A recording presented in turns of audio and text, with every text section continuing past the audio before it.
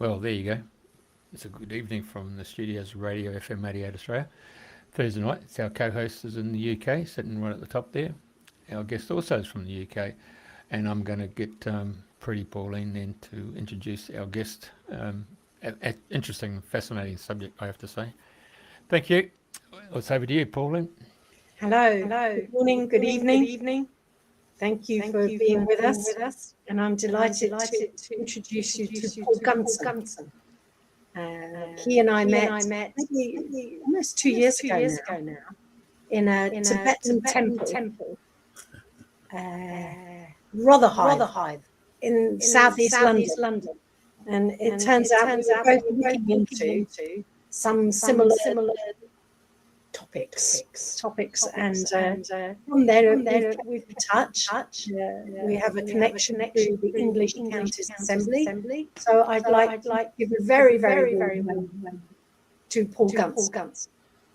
Good morning. Good day, grand risings, and thank you for this opportunity to come into your circle. Pauline and I met a few years back in South London, and we connected straight away. Beautiful soul, and I'm grateful for the opportunity to speak to Jeffrey and the audience. How long have we got, guys? I can talk for England. You go. Okay. I was asked to give a kind of title to this, which I have. It's about my personal story in a quest for truth. A warrior's journey from the day I was born through tragedy, which I'll talk about, and how and what I've come to understand of this word truth. So they say with every story there's a beginning, middle, and end. So we start at the beginning. Yes, good one. So my story started at my birth. Or at least my mortal story starts at birth. I come at this very much from a source, creator, whatever word you want to use. I'll try and use the word creator because I know the word God doesn't always sit with people, so I respect that. But I do believe in a creator. I believe I was created in the image of what I believe is the biblical narrative of the creator. And what I very, very quickly learned as I kind of went through my early youth was I was always on a quest for knowledge. I'd be the kind of kid, I love playing football. I'm a Liverpool fan and love football to death. If I had to give up something, it wouldn't be football. Right? But what I very learned from a very early age, I started to get encyclopedias. I don't know whether you guys remember Encyclopedia Britannia, but I had all 18 volumes of that. And I was always inquisitive. What was this? What was that? Got into Egyptology, hieroglyphics, went to Egypt for my 25th wedding anniversary. So I've kind of lived the dream, walked the walk, talked, and I certainly now talk the talk. But there were three questions that I fundamentally could never, ever seem to find the answer. It didn't matter what I read, what I watched, what I heard, what I saw. And those three questions were, where did I come from? Why am I here? And where do I go after this? Because, if I live on this planet for 70 years and I'm coming up, I'm 66 now, so I'm getting close to my sell-by date.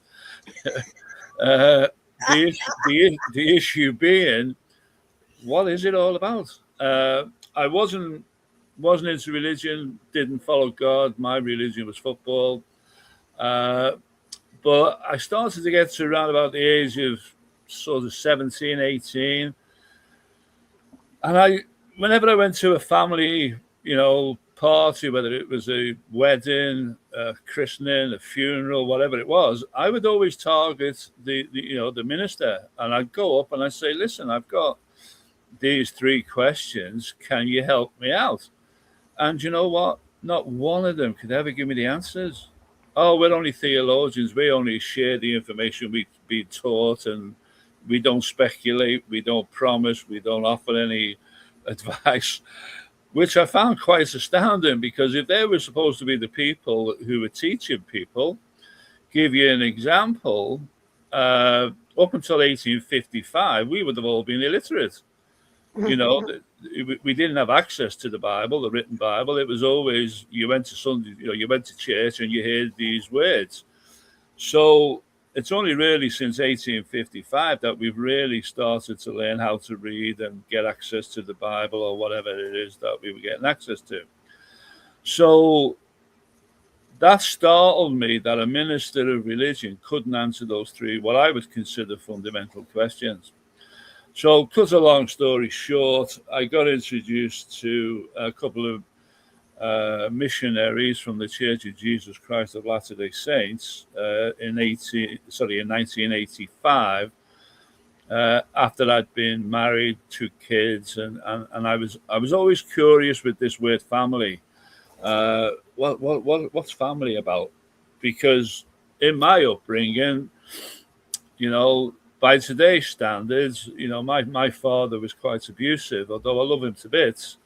By today's standards, I would have been a bloody battered child. You know what I mean?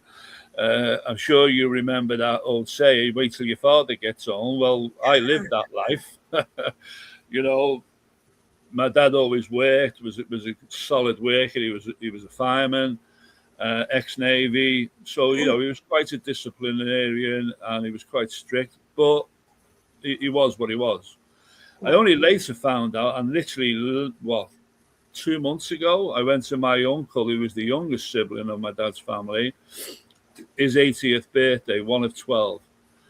And talking to one of my oldest cousins, apparently he once went out with my dad for a drink with a group of the family. And it turned out, I only found out 2 months ago, that my dad was quite rebellious. So it's in the genes.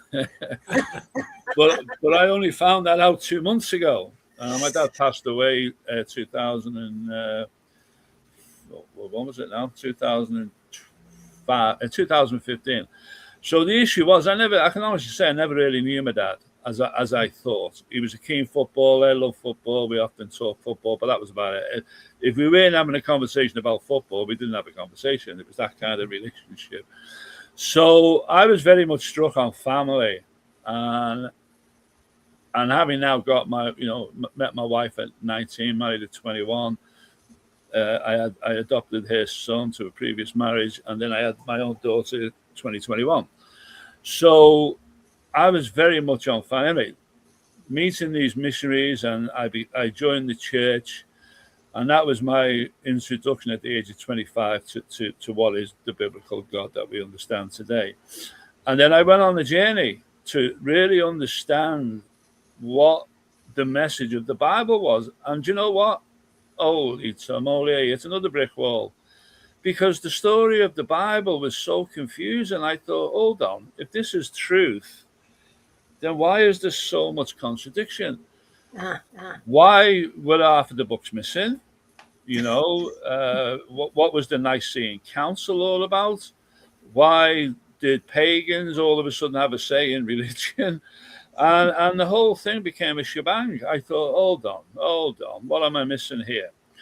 So I thought, well, hold on, I'm going to go to the end. So I started to study Revelation, and boy, oh boy, did my mind open up. All of a sudden, I started to see the things that nobody was talking about. Give you a couple of examples. Yes. If you go into Genesis 6:4, it reads, and in those days, there were giants in the land in those days. Well, what the hell was all that about? Never heard any conversation in a Sunday school about that up until about 6 years ago. So I've already gone 30 odd years in church, never hearing that conversation. Then I started to come across the book of Enoch, the fallen angels, the 200 angels that were fallen. Well, where's that conversation gone? Taken out the Bible. The Apocrypha, many, many books that were taken out the Bible. So all of a sudden, I've now got access to all of this information, and the narrative from that is totally different. Taking the King James Version, which is our standard way, the message just was not clear. Why people turn from religion is quite understandable, because the narrative is so confusing. So anyway, having followed this journey for, let's say, 30 odd years, I became very much aware that what we were being told in church was not the truth. It was the narrative that they wanted you to have. The relationship between family was crucial for me, and that's what brought me to the Church of Jesus Christ of Latter-day Saints. But even within that, there was stuff that I felt wasn't really being told. Anyway, so cut a long story short, I went on a 40-year journey of studying the Bible, and I'm still studying. But in the book of Revelation, what I found interesting was it was talking of a time that would be towards the end. Now, people say the end of the world. It's not the end of the world. It's only the end of evil. And it's when the new earth and the new world will take place. And when I tried to put kind of timelines into that story, what I found was we were at the end. We were literally towards the end. Now, if any time you guys want to chip in, ask questions, please do so. Okay. But here's the thing. I started watching or following some people who were kind of trying to put these timelines together. Now, I don't accept them per se, but I can see where they've come from and how they've got there and how they've calculated. And I do believe the world as it is today in this conversation, we are in a period of time where it's very, very close to what I believe is the return of the Lord Jesus Christ. Now, if people don't believe on that, that's fine. I don't have an issue with that whatsoever. So I asked myself the question, okay, what do I do with this last period of time if this is what I believe is?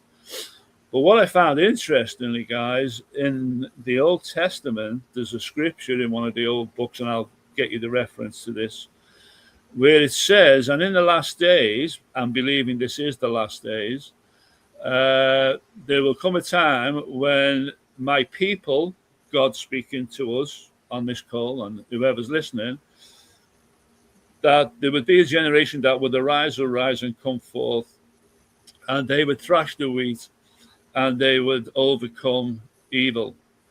And they would, and the specific quote is, and they will come forward and change the record.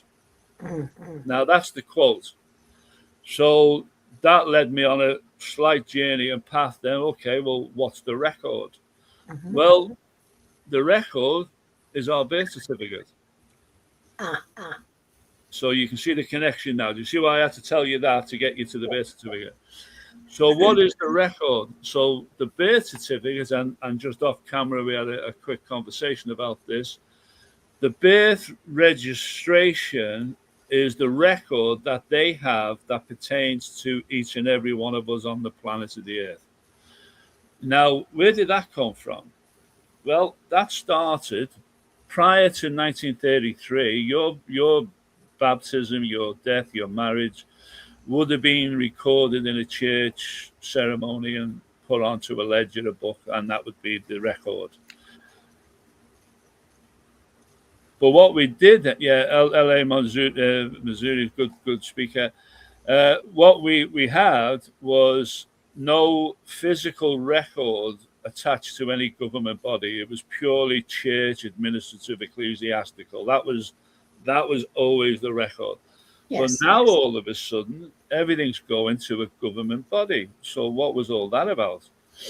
Well, what I discovered was the birth certificate being a registration. And if you look on the bottom of your birth certificate, it says, this is not proof of your identity. Well, what was all that about? But if that document isn't proof, what is proof? So that took me in another rabbit hole. And what I discovered was that birth certificate registration, if you look somewhere on your document, you'll see a what we call a CUSIP number, which is an identifying number that is recorded with the government.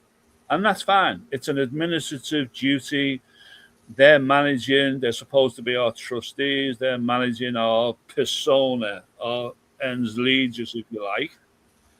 And what I identified was, well, what was this QSIP number? I discovered that that was a bond. And if you look at your birth certificate document, it's actually bonded paper. It is, it's not, you know, it's not a standard A4, you know, piece of paper. It's a bonded piece of paper. And I discovered through a search with Fidelity, which is a company in America that trades those QSIPs. And your data is attached to that. So here's the thing. Having followed that journey since 2010, why can't we get access to this information? And lo and behold, I found the reason. Because they don't have to tell you. Yours is the responsibility to discover and find out. So it's about, they're going to be silent, they're not going to admit it, they're not going to be transparent, etc., etc. So when this new word GDPR, which is basically your general data request for information, we found out that under copyright law, your birth certificate document, so, you know, the piece of paper, that is copyrighted. So a lot of people in this so-called truth movement will say, oh, well, it doesn't belong to us. Well, here's the thing. Under copyright law, you can only copyright illustration. You can only copyright the font. So whatever is on the blank piece of paper of a registration, yes, that is copyrighted to the government. However, what we've discovered, and this is where our new journey takes us, is you cannot copyright personal data. In the same way you can't copyright a recipe, cooking recipe. Absolutely. Yeah, so the issue is the data that is on the birth certificate is ours. So therefore, under GDPR, we can request all the information related to why you've got our information on one of your documents. And the same thing applies to the traded bond with Fidelity. So right now, we've literally put a case forward as to request information as to why you're using my QSIP number from my birth certificate, you're using my personal name, you're trading it on the market, stock market, you're making a profit, and I can see the value of the fund. Now, on my QSIP birth certificate number, I've seen the figure from a report from Fidelity, 3.4 billion. Yes, Let that sink in. Yes. Now, under GDPR, which has only really been around for the last few years, and this is why it's been a 17-year journey for me, it's only really now that we think we may have a way to get access to that under GDPR, because by law, not legal, remember legal is their system, we are lawful. So what we now have is the lawful way means to actually seek that information. So watch this space, I'll keep you tuned. Right? So we think that could be a major breakthrough. But going back to what Pauline said about the English County Assembly, we believe that all peoples must come together, because trying to do this as a one-off person, it's a nightmare. You're never going to do it. You're going to struggle. They're going to pull you down. They're going to criticize you. Brilliant. That's a great bit. So you see, David, just go back up a little bit, Jeffrey, or whoever's controlling that. See where it says the 39 English counties? If you just click on that, what that will do, that will open you up to the original 39 counties of England. So what we're doing... 1840 something, isn't it? Say again, Pauline. I think it's something like 1840 when these... Yeah, 1844 was back in the day when all of these counties were all individually self-governing and self-sovereign. So what we're doing now is we're taking this back to its original 1844 status. So in my case, I'm not Rose, I'm Lancashire. So You can see on the map all of the varying stages. Now, the same thing applies for Australia. There is a Terra Australis equivalent of this, as there is globally, because this is a global concept. What this gives you access to is potentially South. I think there is an Australian. Yeah, there you go, Terra Australis. So you can see that all of this is a global, and what this gets you access to is to put you back into the correct jurisdiction, which is the land and soil. So we would encourage everybody who's listening, if you want to make the change to a better world and prepare for a better world, you might want to look this up, do a bit of research, and join your local community, because all it is doing is putting you in the correct jurisdiction. Because right now, we are all deemed lost at sea. We are all chattel. We are all debt slaves. We're civilians. When the reality is we stand under the Creator. And when you move your jurisdiction to that of being under God's law or Creator's law, you're above everybody. Now, when people learn that, you will identify that you have more power than you might even believe. Because when you come at these courts and these legislative issues like traffic violations and debt, taxation, just to throw one out there, there is no requirement. There is no lawful requirement for tax. Tax is a gift. It's a, you're giving a gift to the government if you want to help them. Well, I don't want to help them. I think they're making enough money out of me. So the issue being is you've got to come together. We've got to come together as a community, go back to the original standing on the ground. Now, I don't know what the dates are for Terra Australis, but I know being a British colony. But the issue is, we also, something else that we want to do is take this back to the original tribal elders.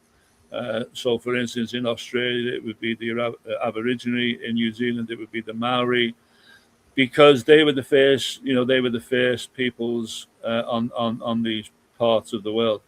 So we want to take that jurisdiction even as far back as that, because at the end of the day, the tribal rights and ownership of the land was always the people anyway. God gave us dominion when He created us. He said, "I give you the earth as a gift. Look after it, protect it, be kind to each other, treat each other nicely, cause no harm, loss, or injury. And so long as you're living within those confounds, there shouldn't be anybody else telling you how to live or control your life. You have sovereign over yourself under the divine Creator, and there's nobody else in between." What has happened, sadly, we gave up that relationship with God as a humanity back in the day, and I'm talking 4,000 years ago. We asked for kings, we asked for government, we asked for judges, and we got it. God shut His eyes, turned off His telly, said, "Okay, I'll keep an eye here on what's going on, but you don't want me. Okay, I'll just sit back and wait for the day you do." Well, I believe now we are at that day. Yes. People, if I was having this conversation 3 years ago, I would have been ridiculed. I would have been shut down. I wouldn't have probably even got on air with you. But there is a resurgence now into the Creator, the source, the energy, the light, whatever words you want to use. Yeah. But here's the thing. It was foreordained that it would happen now. For those who are into star signs and stars, not astrology, but astronomy, or I might have got that the wrong way around. But we were always told to look up. Always look up. What age are we in now? We're in the age of Aquarius. Yes. The age of Aquarius is the light bearer. It talks about free information. You might call this the Acacia Record. You might call it divine inspiration. You might call it light source, whatever. It doesn't matter. It's all the same. So we're in that period of time now where all of this knowledge is being revealed. Hence, my truth will prevail. Because now, and especially with the creation of the internet, while some might see that as, a means for evil, and it is, it's also a means for good. So you have to pick what side you sit on. Because this information now, even 20 years ago, would not have been available. Now it's available. So everybody is accessing this information through your phone, right? But it was information that was always available through the Acacia record. So people like me and Pauline and Jeffrey, who have done years and years of research, we were coming across things that we perhaps, hold on, this is a bit strange. What's all this about? So I believe right now we're in this window of opportunity, and I do believe it's about 6 years. Now, the opposite to that is people like the World Health Authority. Organization, and there's a 2030 agenda. What's their agenda? They want to decrease the population to 500 million, 500 million. Now, records and statistics state that we currently are sitting somewhere between 6 and 8 billion. So that's a 90% decrease in the population. That's their agenda. Now, whether you believe it or not. Say again? To what end? Well, they think if they can get rid of people, they can have the world to themselves. But it won't function. So the whole, I mean, it's crazy, isn't it? Just even thinking about it, it's crazy. But it all comes down to greed. It all comes down to control, power, blah, blah, blah. So the answer to that solution is we've got to get as many people to stand up.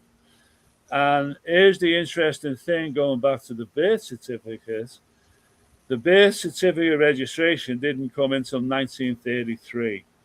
That was the year that the world also went bankrupt. That was the year that they introduced currency through the production of federal notes.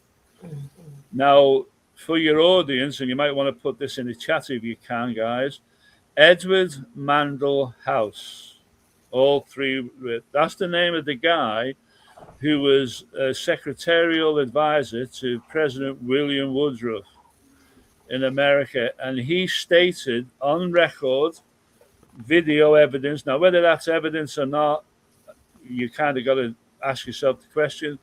But he said we were going to have to introduce something in America whereby everybody is registered and that we can use that information for taxation and for generating wealth, and they will be none the wiser, because we will give them as a kind of plausible deniability for them was we'll give them benefits and pensions and privileges, and that's our way out. We can't be held accountable because we're looking after them. We're treating them fairly in their eyes.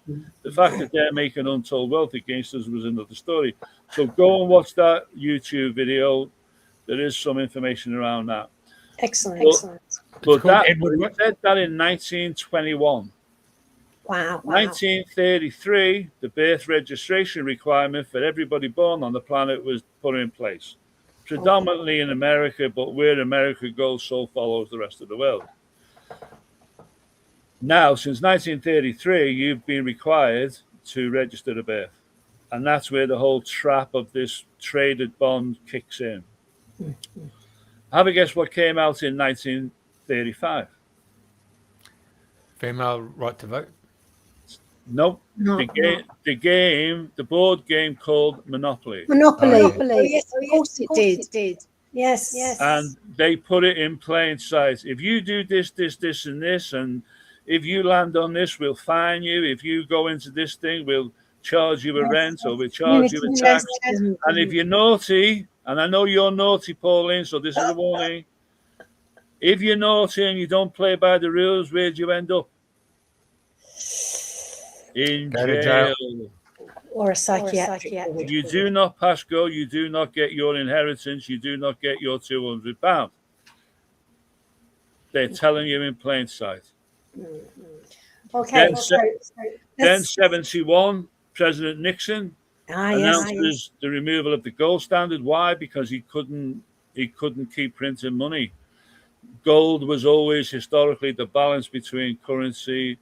The ledger was always balanced with gold. Take gold out of the equation, you can print as much money as you want. Now, what's interesting, and I'm going to quote him per se, We are temporarily suspending the gold standard to protect the economy. Temporarily. Do you know within 4 months of that withdrawal from the gold standard, the price of gold went up substantially to the point they could have returned back to the gold standard, and with the price of gold, they could have paid off the entire debt in America. But he chose not to, and that has never been rescinded. Never been rescinded since 1971. So gold and silver, while it is real money, it can't be used.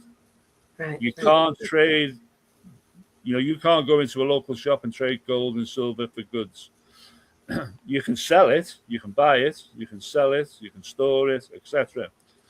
But the challenge now is the economy is about to collapse again, and we are going into a global reset. You're all familiar with those terms.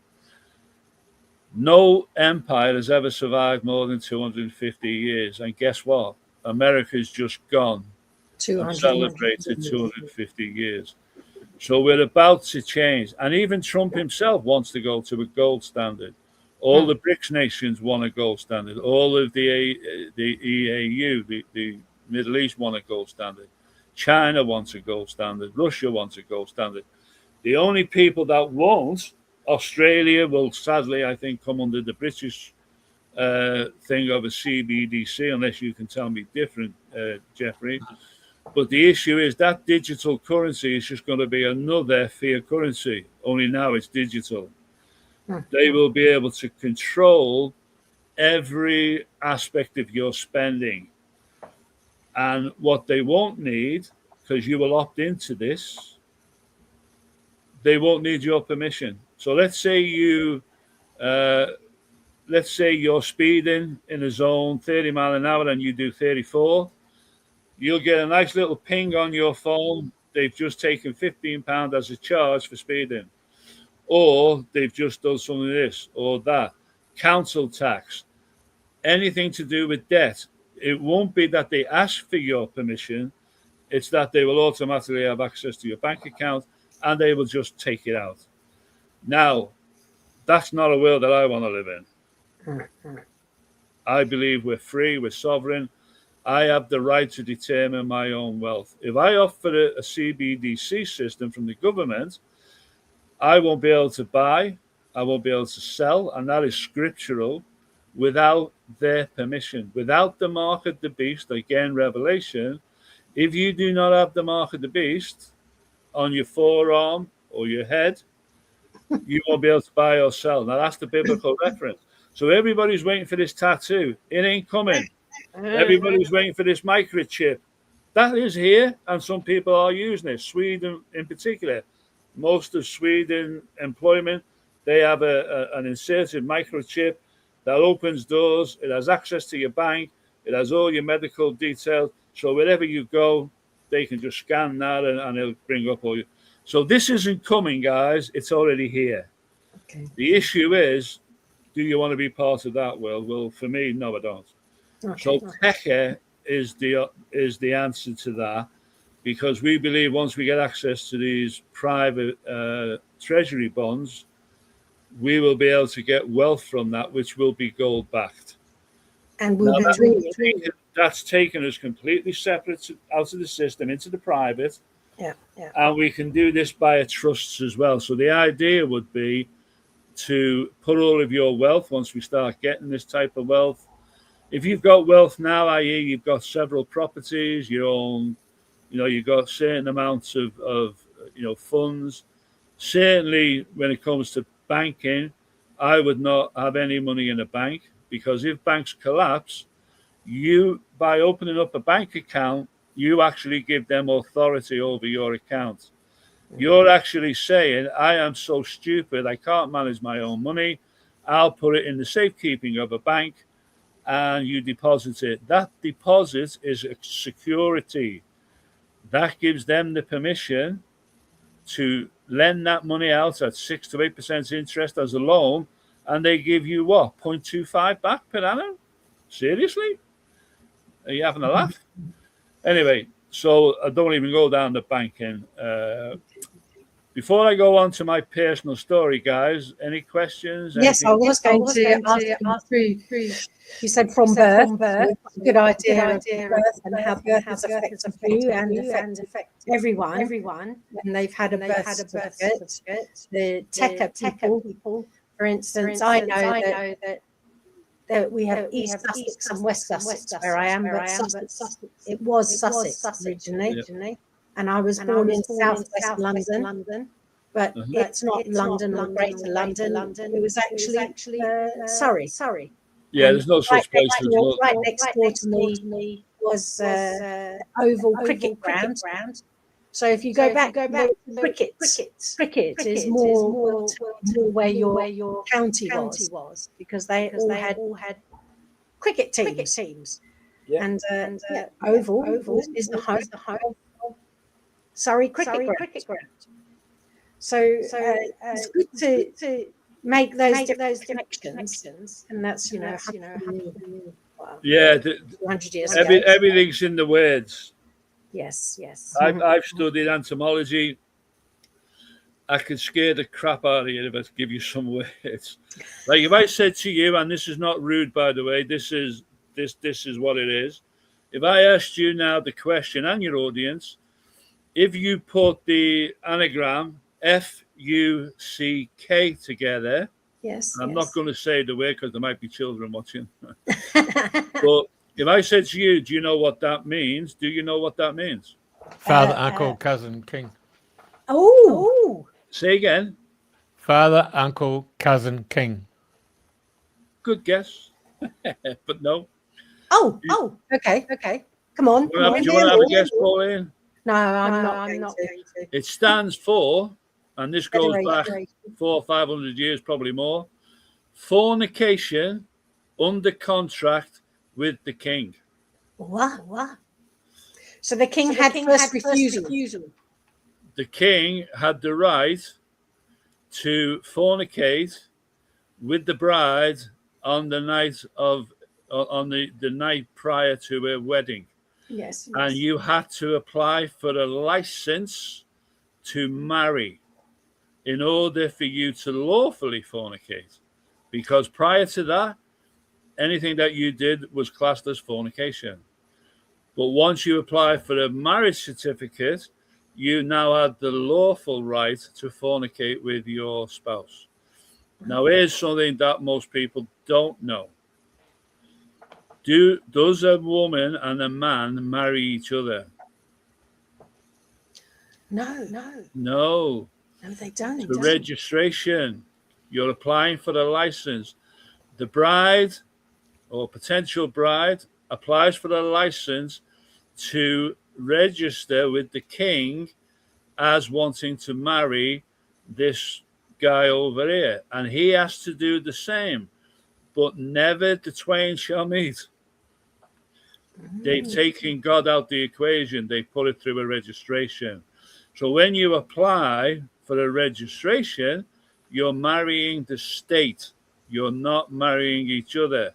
Now, prior to that registration requirement, and as I say, it goes back 400 or 500 years, you would have just recorded the marriage in the Bible. Yeah.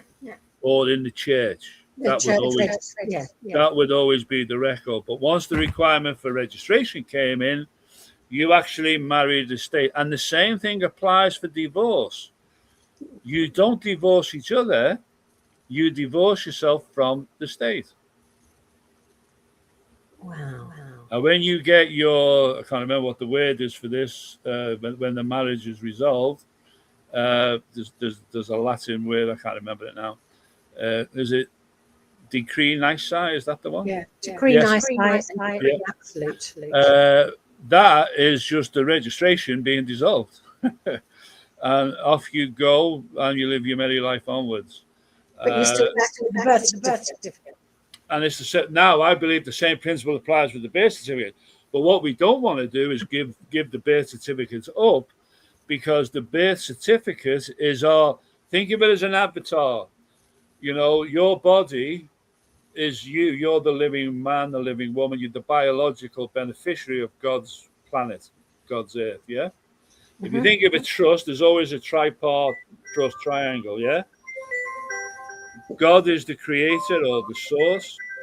Jesus Christ is the trustee because God gave the earth to his son as his footstool. And we as men and women created in the image of God, brothers and sisters to the heir of Christ, we are the beneficiary. So this whole planet, we have dominion. Sadly, we gave it up. Now we've got to come forward and reclaim it.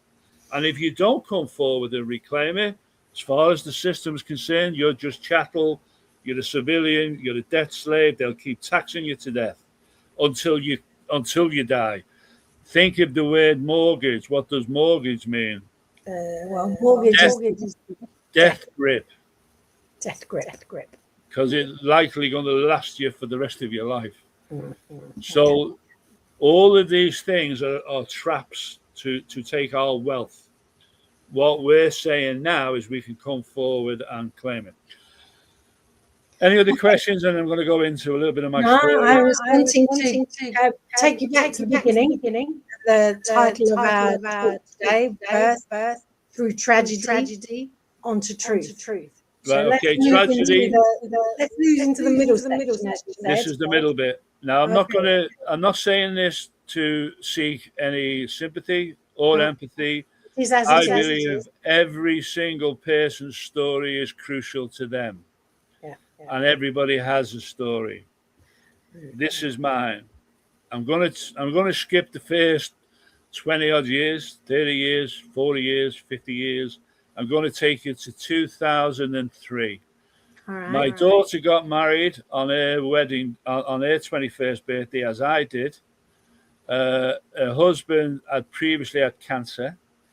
Tumor came back. My daughter is now pregnant at this time, and she's just given birth to my oldest grandson, who's now 23. And anyway, his tumor came back. He was given, if he didn't do nothing, he was given maybe 12 to 18 months. If he had the operation, if he had the operation, he might get 3, 4, 5 years. So they opted for the operation. So they took the tumor out, which was size of an orange, just at the top of over his eye, and initially did well. He was sat up in bed within hours of the operation, fine, no issues. Anyway, cut a long story short, my grandson is now 8 months old, and he passed away. Wow. So my daughter was widowed at 22. My son-in-law was 24, and my grandson's 8 months old. So that was the start of it. 2006, my son, now age 33, same age as Christ, when he passed. Fit as a fiddle, healthiest person to look at it in the world. They were doing some spring cleaning in the loft. He started to sweat profusely, started to convulse. By the time the ambulance got there and got to hospital, he was in a coma. He was in a coma for a week and died. Wow. Age 33. My daughter, my oldest grandchild, who's now 34, I think, 33, 34. She was only 12. I had to go and wake her up and tell her dad had just passed away. Not something a granddad wants to tell their grandchild. 2020, anybody remember a certain medical procedure that came about? My wife was admitted into hospital with what's the chest infection, Pauline? Pneumonia, that's the word. Which she kind of got every winter. She had underlying health issues, which I won't go into. But she was in hospital for a week. Being diabetic, she was on steroids. I saw her on the Thursday night of the 5th of March. That was the day the first person of COVID was reported dying of COVID. It was the 5th of March, 2020. I asked the doctor when could she come home. She said, we're just waiting for the blood sugars to stabilize. If everything's good tomorrow, she can come home tomorrow, type of thing. So that was at 8 p.m. At 5 a.m. on the 6th, I got a phone call. Can you get the family in? Your wife's crashing. By 6 o'clock, she was dead. Oh, wow. So 6 what in the happened? morning. What happened between 8 p.m. and 5 a.m.? God only knows. The last thing they asked me was, did she come into contact with anybody with COVID? I said, no idea. But on the 6th, she was the second person, I believe, that died related to COVID. Now, because she had underlying health issues, they put it down to underlying health issues, which, anyway, one day I'll find out the truth, which is my pursuit of truth will prevail. I believe something happened in that hospital that night that caused it. They looked at her statistics and thought, hold on, if we're going to eliminate somebody, this is the kind of person we don't really need in society, blah, blah, blah, underlying health issues, epileptic, diabetic, quadruple bypass, COPD, we don't need this expense type of thing. That's my own opinion. Can't prove that, but that's my opinion.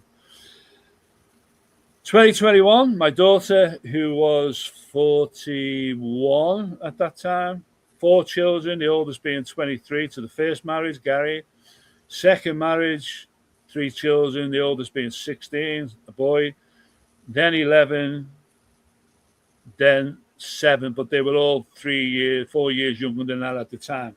But 2021, my daughter's diagnosed with stage 4 melanoma cancer. God.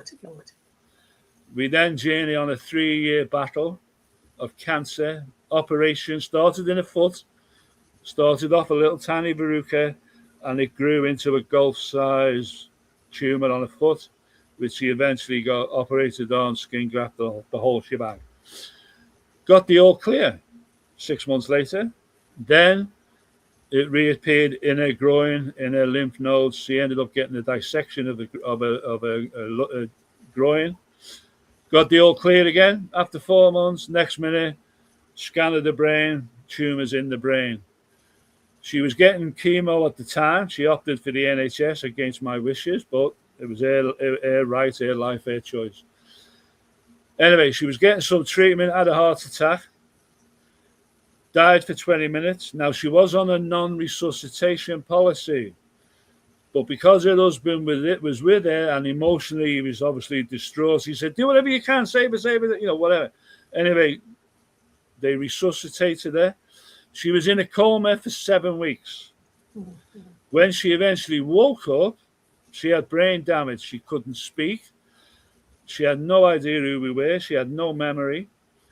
Cut a long story short, 6 months later, she started to gain a little bit of speech, a little bit of movement. She was incontinent, couldn't get out of bed, the lot. Then a memory started to come back slowly. Within 12 months, the hospital decided we can no longer do anything. She needs to go into a rehabilitation unit, which she did, which was local to our home. And through some really, really good quality care, she started to recover. Okay. To the point, we got another year where she was doing really well. But they said her condition is terminal. It's just a question of when. So my daughter, being like me, a fighter, she just kept fighting. Remember, she's got 4 kids. We got to the Christmas of last year.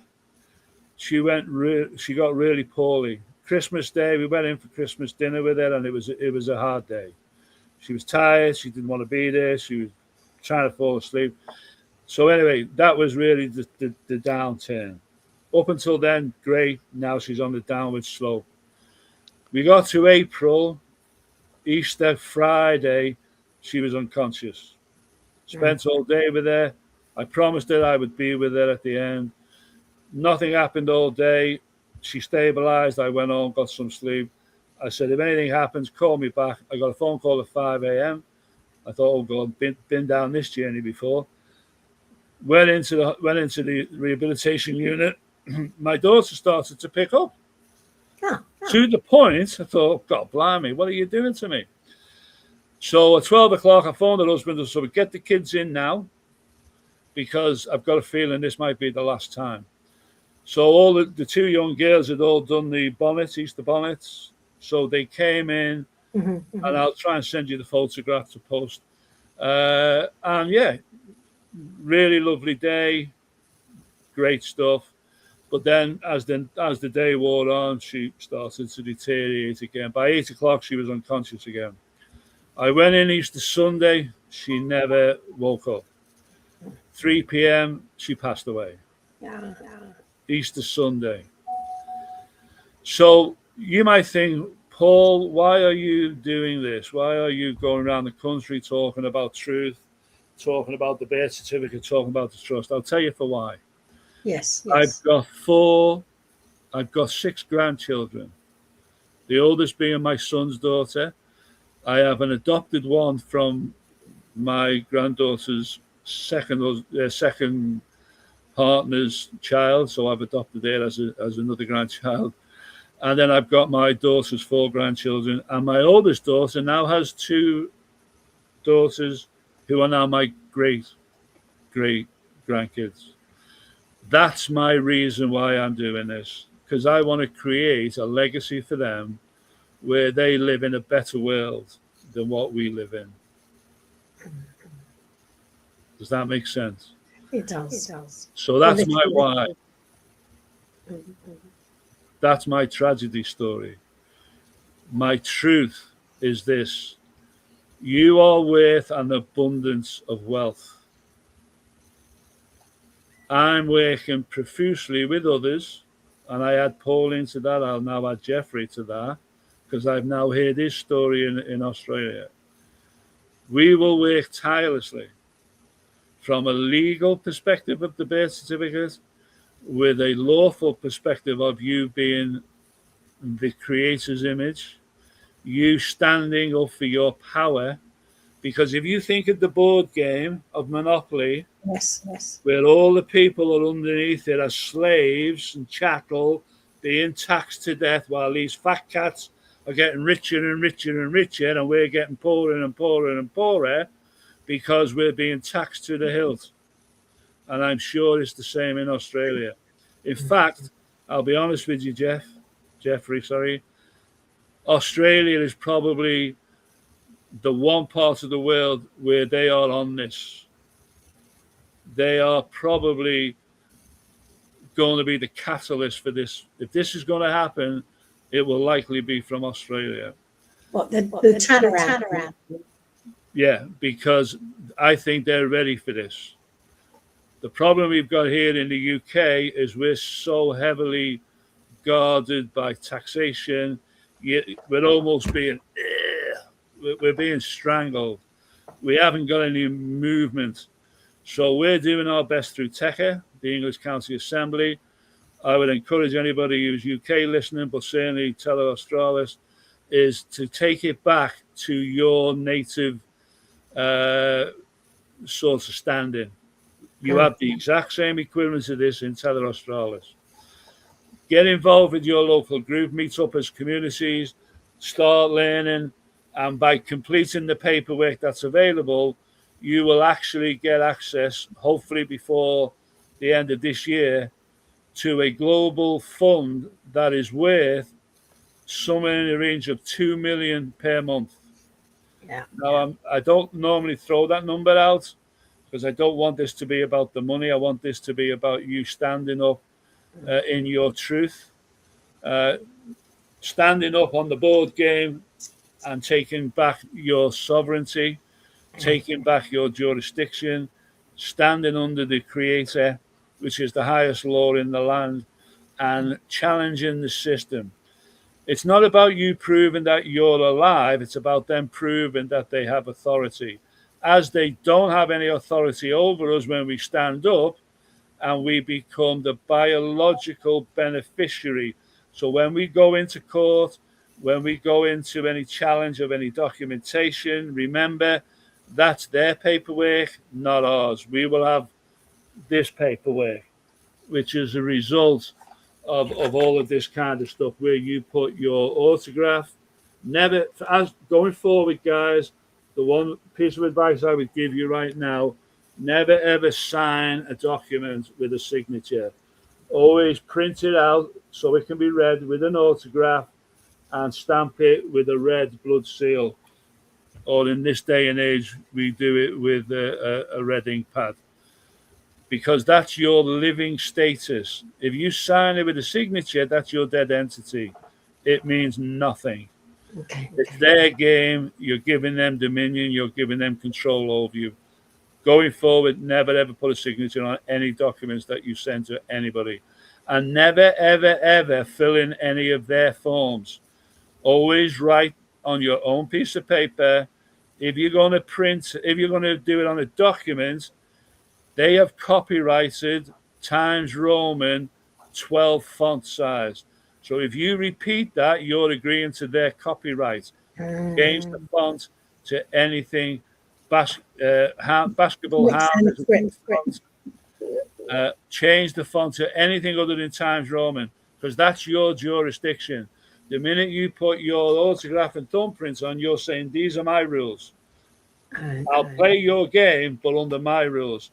And this document has a fee schedule attached. So when they're writing a letter to you saying, you now owe us and you must pay 150 or 200 or 3,000 or whatever, you say, okay, I'm happy to enter into that contract under these conditions. Here's my fee schedule. For you to engage in commerce with me, I start off at £50,000. Do you want to play this game? And the likelihood is they'll go away. That's the goal of standing up and these are my rules. This helps you to deal with police officers. We don't fight. The pen, I need a pen. Is mightier. The pen is mightier than the sword. Wow. So we're putting the sword away. Now my family crest is gun. Yes, it would be. And it's the picture of a hand holding a sword with the words above it, unpax unballum. And it says either peace or war. So I'll come at you with the pen, with the documents, but if you take no notice, I'll come after you with the sword. Because here's the rule of equity, which is a maxim of law. Equity always follows the law. You have no requirement whatsoever to follow legislation that you have not contracted to accept and that you have not contracted or given your consent. But here's the trap. Your birth certificate has contracted you in. So how do you contract out? You contract out by doing this documentation. Oh, the tech documentation. So TECA, I think it's called TESA in Australia. So the idea is you're contracting out by saying, I am no longer that person. I'll use that person when I want to because you still need it because that's where your trust is. So until we get access to your trust, guys, and help you get that, you have to play the game, but on your terms. This documentation is on your terms. So, and of course, everybody's fingerprint is quite unique. So everyone's birth certificate is unique. Yeah. When you copyright it to yourself, which is so what you're effectively doing is you're copywriting your name. So you're saying you can't use my name anymore. If you do, I'm going to send you a fee.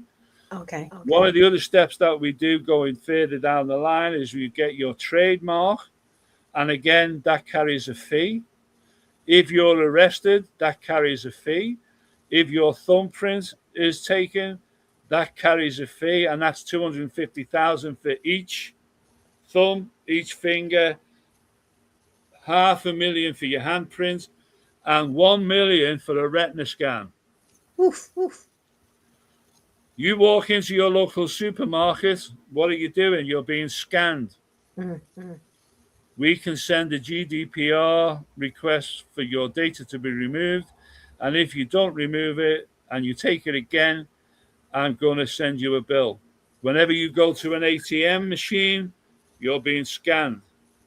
I have noticed that there's an awful lot of video machine at the checkout, with Breeze, Waitrose, a whole range of different supermarkets. Did you give permission for that, Pauline? No, I didn't. I didn't permission. So you do a DSAR request, remove all my data from your files. Failure to do so will result in prosecution for breach of data.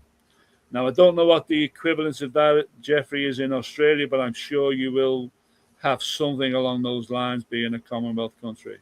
Do you have a lot of videos that check out as well?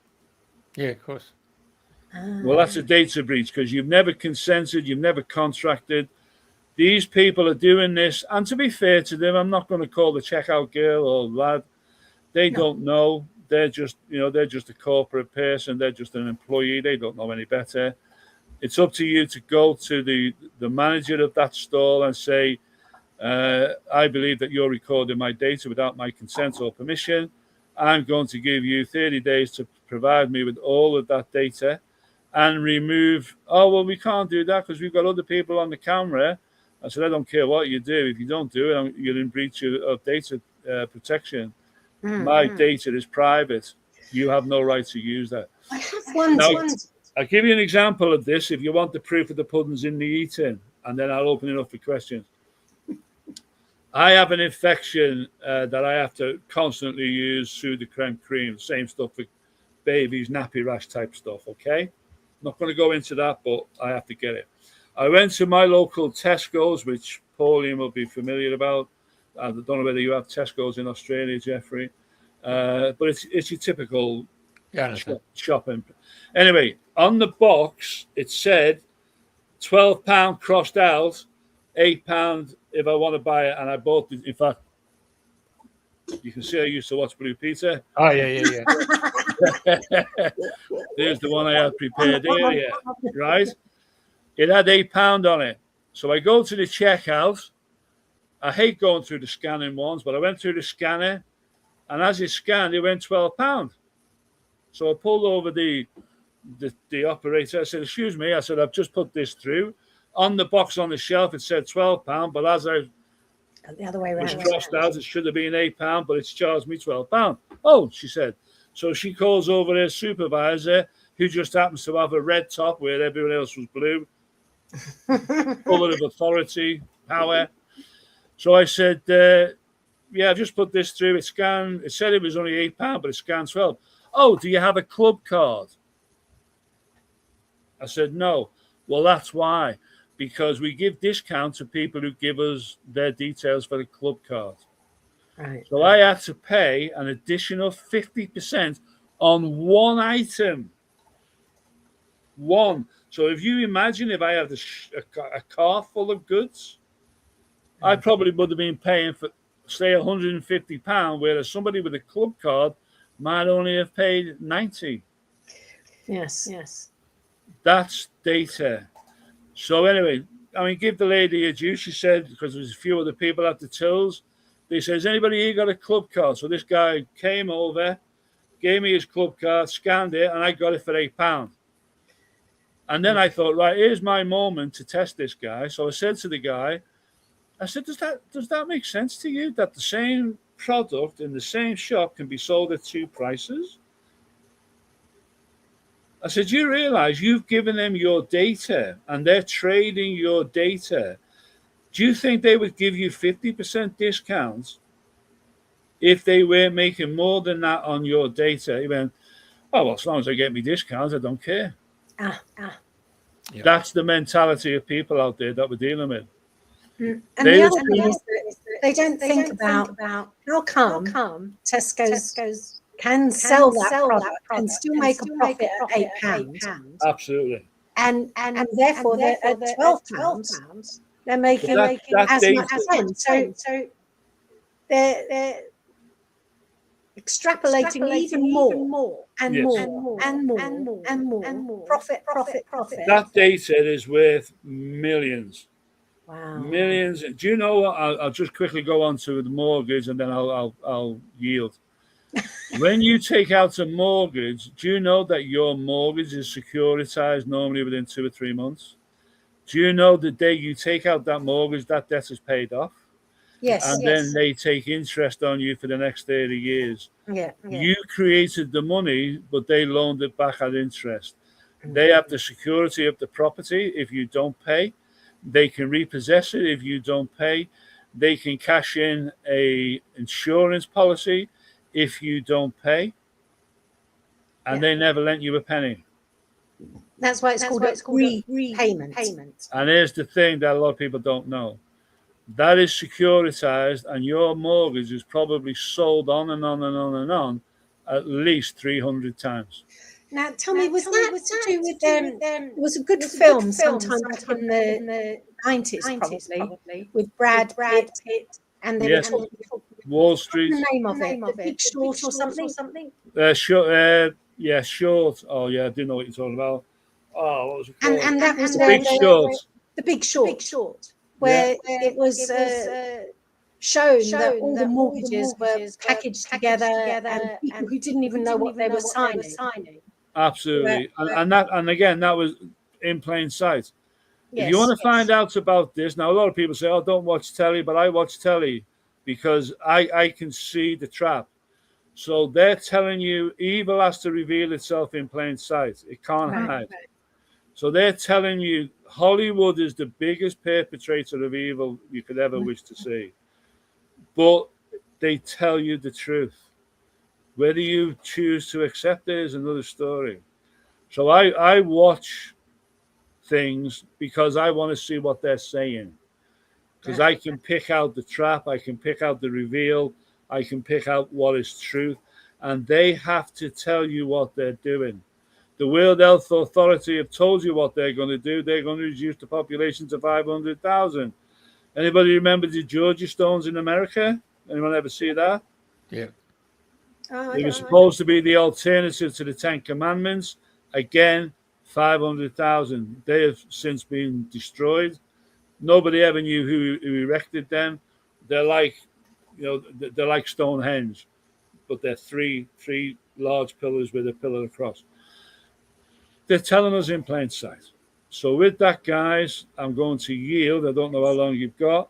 Okay. I wanted to ask you kind of philosophically, really, because the legislation to do with GDPR, General Data Protection Regulation, seems to me to be unraveling everything.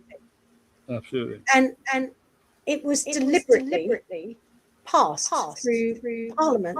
So what were they thinking? Well, again, it's they have to tell you the truth. They know that people are waking up, whatever that means. I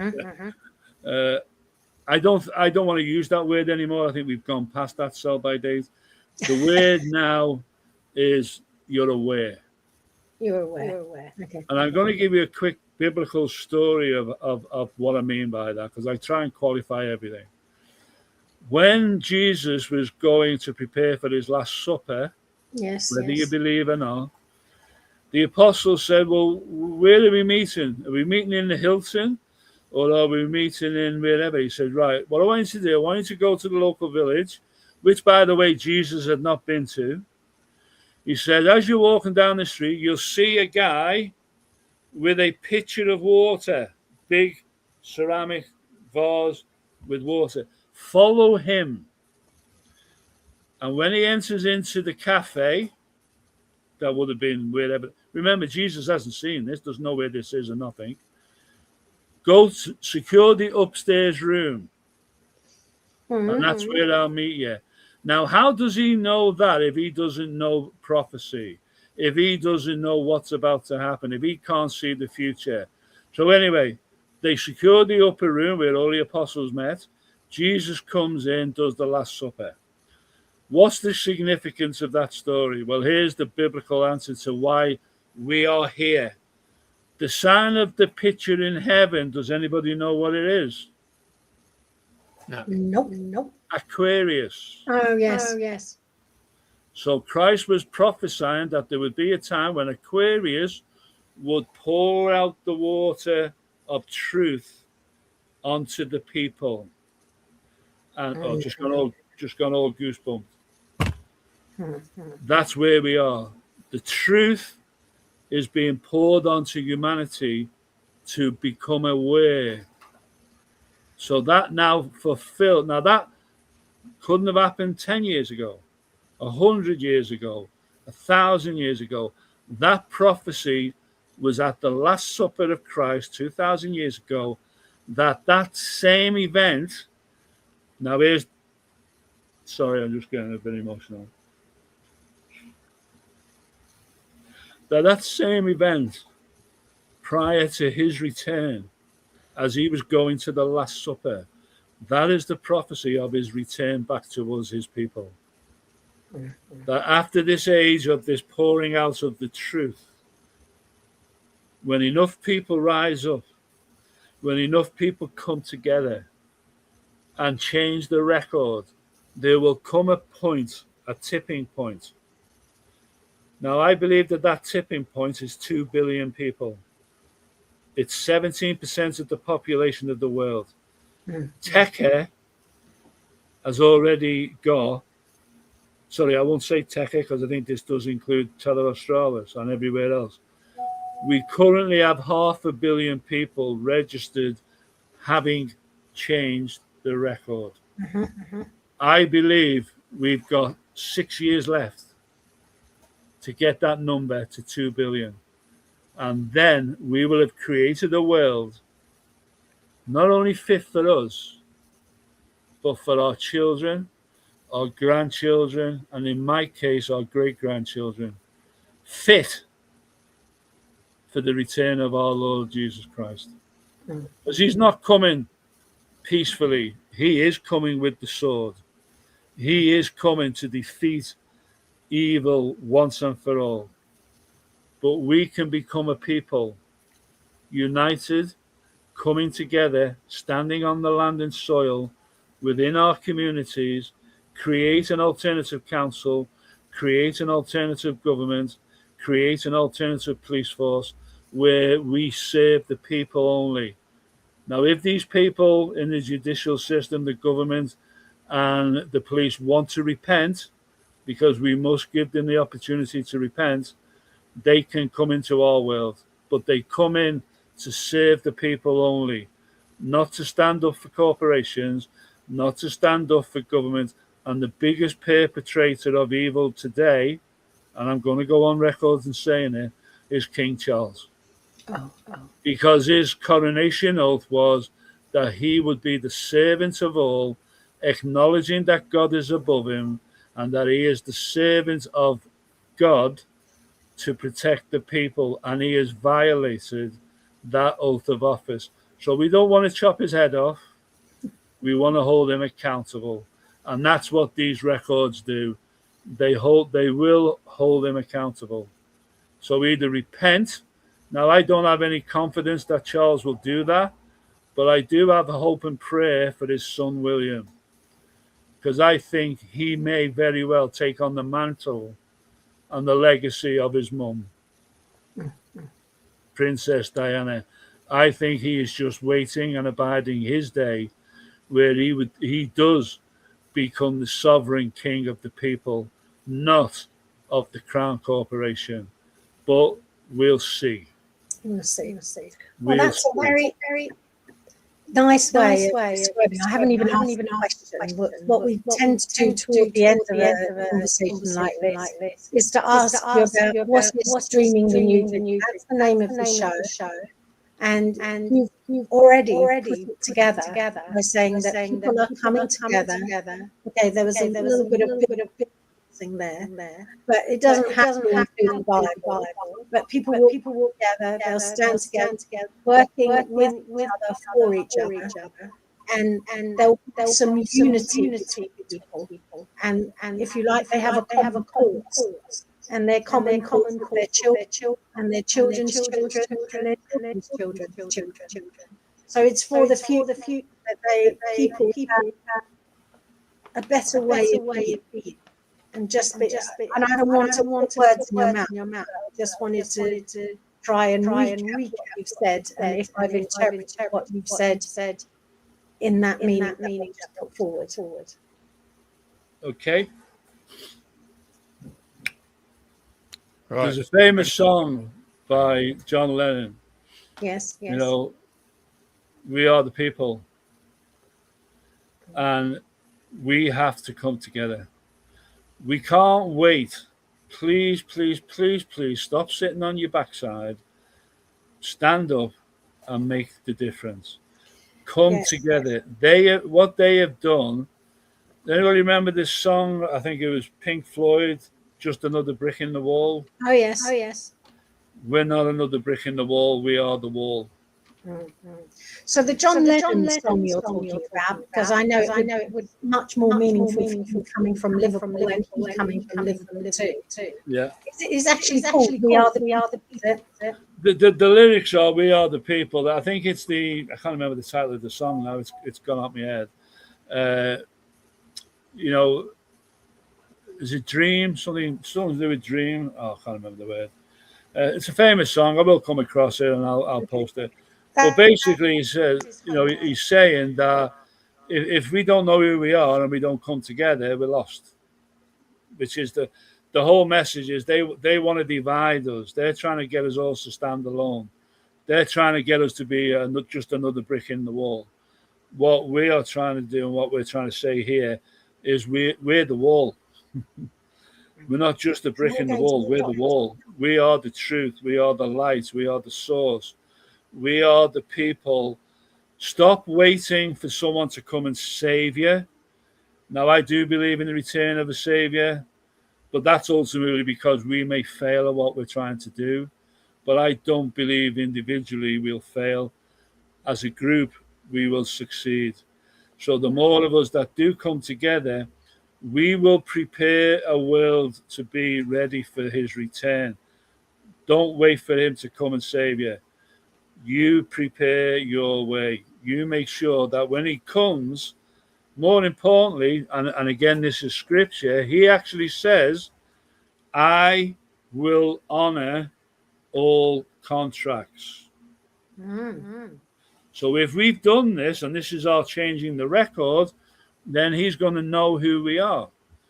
Because our very lives are all being transcribed and they're all being recorded. So what we do, we will one day open up that book and he'll ask us one question. However long he gave us on this earth, and I'm 66 this year, he will say to me, Paul, he won't call me Gunson because that's my family name. That's not my name. The only name I was given by appellation from my mother was Paul. He will say, Paul, I gave you 66 years. What did you do with it? And then he'll go silent. He won't judge me. He won't call witnesses. He'll just open up the book of life for me and he'll go through it. Well, that wasn't very good, was it? Well, that was better. Well, actually, you got there in the end. Well done, thou good and faithful servant, come into my kingdom. That's my hope, my dream, and my prayer. And I want the same for everybody on this call who listens and stands up and does something. What are you going to do with your legacy? What are you going to do to benefit yourself, benefit your children, your grandchildren, and all future generations? Because when that return does happen, we are going to have 1,000 years of peace, love, happiness. And that's the 1,000 years that the whole human family, going back to Adam and Eve, will be reunited by birthright. I'm a genealogist. I've traced my family name, Gunson, back to 1550. There aren't many records ahead of that. The only one that I'm likely going to show up would be in Domesday Book. So with that said, that's all I've got. Fantastic. And I hope that will I always like talking with you, Paul, because it's a very easy conversation. It's so captivating and engaging. It's not boring at all. I find it informative and well, very human. Well, just as a closing remark, yes, I am starting a course in September. I'm going to put that on. It's an invitation to Liverpool if you want to come all the way to Liverpool. But I'm going to do a Zoom on a Sunday because I believe it is a spiritual message. Yes. It's all about how to become sovereign, standing in your power, basically what I've talked about today. But I'm going to do a 2-hour Zoom on a Sunday evening, 7 till 9. So I'm not quite sure. What time is it in, how many hours difference, Jeffrey? Are you in Australia? Oh, it would be 3 hours, but 10 hours, 9 hours in front of you. So if you're Right, gonna so be it'll probably only be, 4 probably o'clock. be about 5 in the morning. So that might be too early for you guys. Oh, early risers coming into sometime. But what I'll do, I'll send the link across if anybody wants to join that. I will also have it recorded, and then I can post it to you and people can follow it. It'll be a 6-week course, and it will give you a clearer and better understanding, certainly behind the documentation, and then also how you can go forward. So with that, thank you for the invite, and I hope this was of some value to your listeners. Thank you very, very much, Paul. Anything you want to add, Jeff? No, it's okay. It's very good. Very good. Excellent. So it's goodbye from the Northern Hemisphere here, from Pauline and from Paul. And thank you very much, Australia, for being there. Thanks, Pauline. Thank you, Jeffrey. Thank you to all your listeners. Take care. God bless. And may your life be a prosperous and happy, peaceful one. Or as Spock once said, live long and prosper. Bye-bye.